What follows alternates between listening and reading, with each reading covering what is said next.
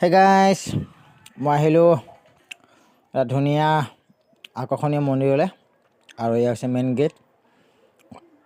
ইয়াত লিখা আছে হিড়িম্বা বাথৌ মন্দিৰ আৰু এয়া হৈছে ওদালগুৰি ডিষ্ট্ৰিক্টৰ বৰংগাবাৰীত অৱস্থিত এটা ধুনীয়া বাথৌ মন্দিৰ। তো ফাইনেলি আজি মই আহি গ'লোঁ। বহুত দিনৰ পৰা ভাবি আছিলোঁ আহিম বুলি। আমাৰ ঘৰৰ নিচেই ওচৰতে যদিও মই হোৱা নাই, তো আজি আহিলোঁ আৰু আপোনালোকক দেখুৱাব চেষ্টা কৰিম।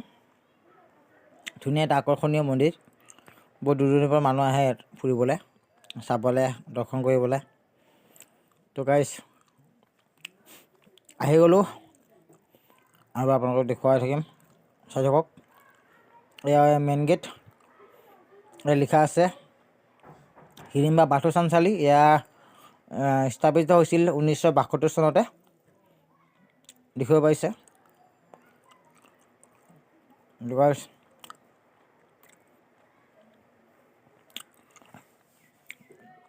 এয়া বাহিৰৰ পৰিৱেশ। মই ইয়াৰ ভিতৰত সোমাই যাম আৰু দেখুৱাই থাকিম আপোনালোকক।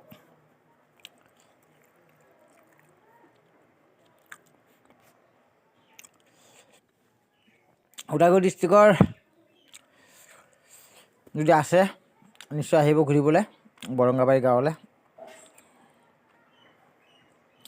এয়া বাহিৰৰ পৰিৱেশ, এইপিনে হোটেল আছে, চাহ পানী খাবলৈ।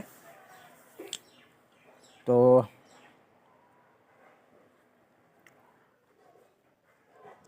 ব'লক গাইজ ভিতৰলৈ সোমাই যাওঁ।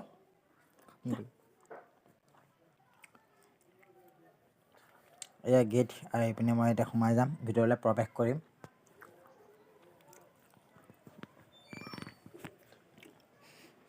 আৰু ইমান ধুনীয়াকৈ টাইলছ লগাইছে দেখিছেনে চিৰিবোৰ, আৰু মানুহ যাবৰ কাৰণে একদম ধুনীয়াকৈ সজাই থৈছে টাইলছ লগাই পিনে।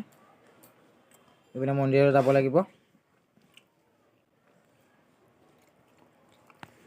মই দেখুৱাই থাকিম, চাই থাকক।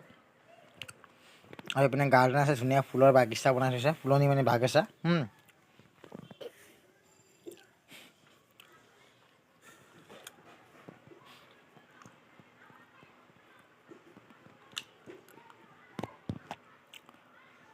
দেখিব পাৰিছে আপোনালোকে ইমান ধুনীয়া এটা ফুলনি, সেউজীয়া পৰিৱেশ। আৰু দেখুৱাই থাকিম গাইজ, চাই থাকক। আৰু কেনে পালে জনাব, লাইক কমেণ্ট কৰিব। নতুন বন্ধু বান্ধৱী আহিছে ছাবস্ক্ৰাইব কৰিব। এইটো চাওক, এইটো প্ৰগ্ৰাম হ'লে, কিবা এটা সাংস্কৃতিক সন্ধিয়া হ'লে ইয়াত পতা হয়।